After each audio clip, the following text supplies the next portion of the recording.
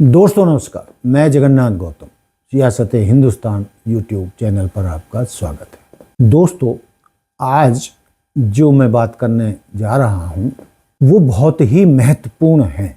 और यदि भारत पाकिस्तान बंटवारे के समय गांधी जी की बात मान ली गई होती तो ना तो देश का बंटवारा होता और ना ही बंटवारे के समय लगभग 20 लाख लोग, 20 लाख भारतीय नागरिक, हिंदू, मुस्लिम, सिख मारे गए नहीं होते और करीब एक लाख महिलाओं के साथ बलात्कार और अपहरण ना हुआ होता और अरबों रुपए की संपत्ति, लोगों के कारोबार छूट गए, वतन छूटा, खेत, कारोबार, मकान, सब कुछ बर्बाद हो गया, वो सब ना होता। तो दोस्तों, कई लोगों को गांधी जी की बातों से बड़ी चिढ़ होती है, लेकिन कोई माने या ना माने, गांधी जी बहुत दूरदृष्टि वाले थे और उन्होंने इन्हीं बातों के चलते भारत पाक बंटवारे का विरोध किया था। और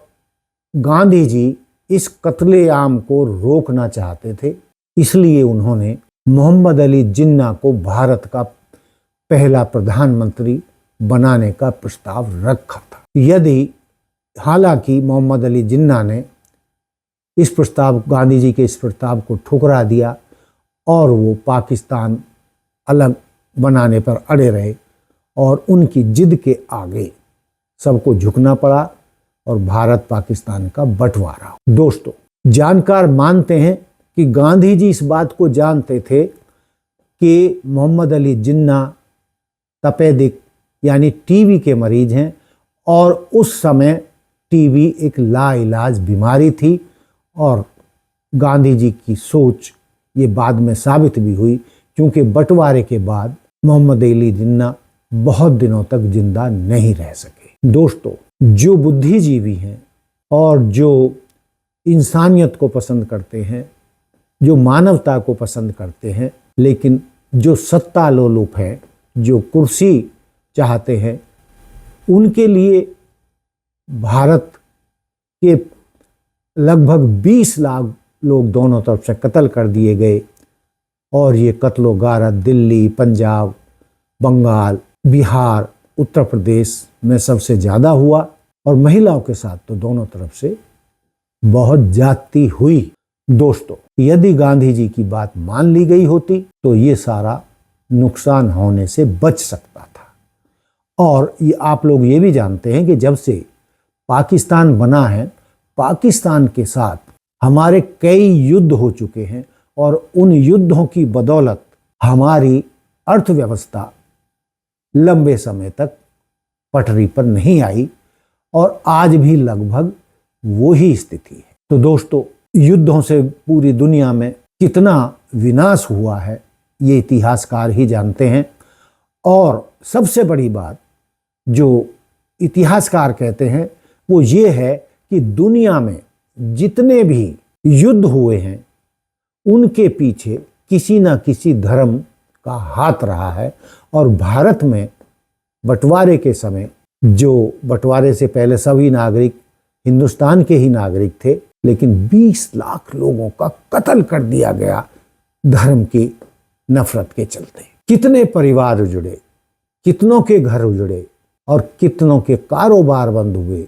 जो वहाँ पाकिस्तान में शहंशाह थे हिंदू मुस्लिम, यहाँ आकर भारत में उन्हें बरसों तक तबाही झेलनी पड़ी, परेशानियाँ झेलनी पड़ी।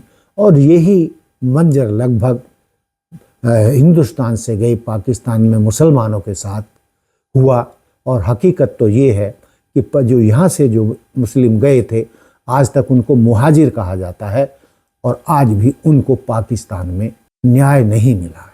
तो दोस्तों, जो संत होते हैं वो मानवता को बचाना चाहते हैं और जो लालची, लोभी और सत्ता लोलुप होते हैं वो अपनी सत्ता के लिए, कुर्सी के लिए खून खराबा कराने में कभी भी पीछे नहीं हटते।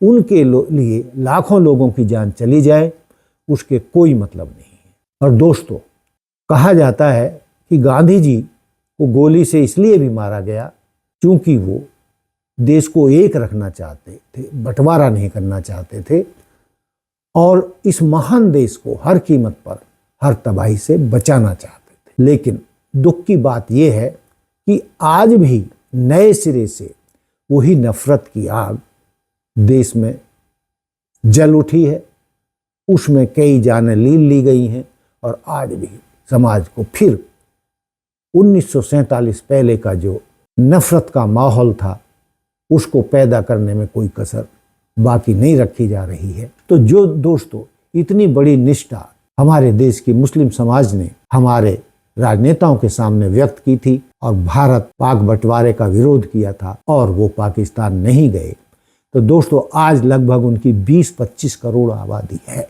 भारत में और वो सभी नागरिकों की तरह अपने देश को, अपने समाज को आगे बढ़ाने का काम कर रहे हैं। मुस्लिम समाज का जो देश के लिए योगदान है उसको लोग भूल रहे हैं। सभी का योगदान है हर तरीके से। इस देश में कई राष्ट्रपति मुस्लिम हुए, वैज्ञानिक हुए और बड़े बड़े योद्धा सैनिक हुए जिन्होंने हिंद पाकिस्तान लड़ाई के समय, युद्ध के समय पाकिस्तान को धूल चटाई। तो दोस्तों मानवता का तो तकाजा यही है कि हम नफरत से दूर रहें और जिस नफरत से लाखों लोगों की जान जाए, कत्ल किया जाए या वो धर्म, तो ऐसे नीति का या ऐसे युद्ध का या ऐसे बंटवारे का गांधी जी ने समर्थन नहीं किया तो उन्होंने क्या बुरा किया। तो दोस्तों देश के बुद्धिजीवियों को ये तय करना है कि जो नफरत की आग कुछ वर्षों से फैलाई जा रही है, इस नफरत की आग से बचा जाए, क्योंकि ये नफरत की आग फिर एक बार एक नया पाकिस्तान बनाने की ओर देश को ले जा सकती है। और देश के बुद्धिजीवी जानते हैं, पहचानते हैं, पत्रकार भी जानते हैं कि भारत की एक पार्टी अपने ही देश के नागरिकों के खिलाफ नफरत सिर्फ इसलिए फैला रही है कि उन्हें धर्म की राजनीति करके सत्ता में बने रहना। तो दोस्तों अंत में ये कहते हुए कि देश में 25 करोड़ या 20 करोड़ मुसलमानों को आप अरब सागर में तो फेंक नहीं सकते, ऐसा संभव ही नहीं है। तो भाई नफरत की आग को इसको और मत बढ़ाइए। 1947 के बंटवारे की तरह एक और बंटवारा हो उसकी तरफ देश को मत बढ़ाइए, वरना बहुत बड़ी फिर चूक हो जाएगी। और कई जानें इस दौर में गई भी हैं और लेकिन ये कत्ल गारत बड़े पैमाने पर हो सकता है यदि इसी तरीके की नफरत सत्ता के लिए जारी रखी गई।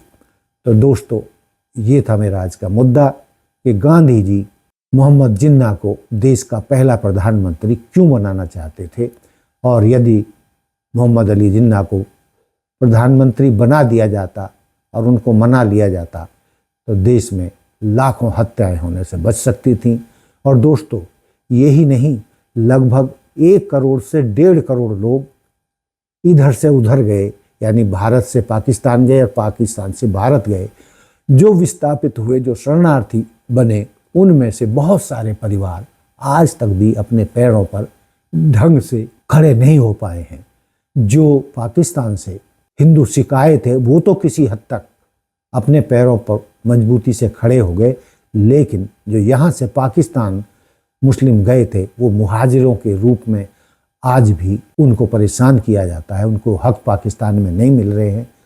यानी भारत के जो नागरिक थे वो उनके साथ आज भी जुल्म हो रहा है। जुल्म किसी के भी साथ हो, किसी के द्वारा भी किया जाए, वो गलती होता है। और अंत में ये कहते हुए कि दोस्तों यदि धर्म के नाम पर बना देश स्वर्ग बन जाता तो पाकिस्तान को स्वर्ग बन जाना चाहिए था। लेकिन आज आप देख रहे हैं कि पाकिस्तान में 98% मुस्लिम हैं, लेकिन वो मुस्लिम होते हुए भी, इस्लामिक कंट्री होते हुए भी उनमें कत्लो गारत आज भी है। और जितना कत्लो गारत पाकिस्तान में हो रहा है संभवतः धर्म के नाम पर कहीं भी नहीं होता। तो दोस्तों मजहब नहीं सिखाता आपस में बैर रखना, हिंदी है हम वतन है, हिंदुस्तान हमारा। हमें इसी नीति पर चलकर अपने देश को बचाना होगा। इसी के साथ जय हिंद, जय भारत, जय संविधान, नमस्कार।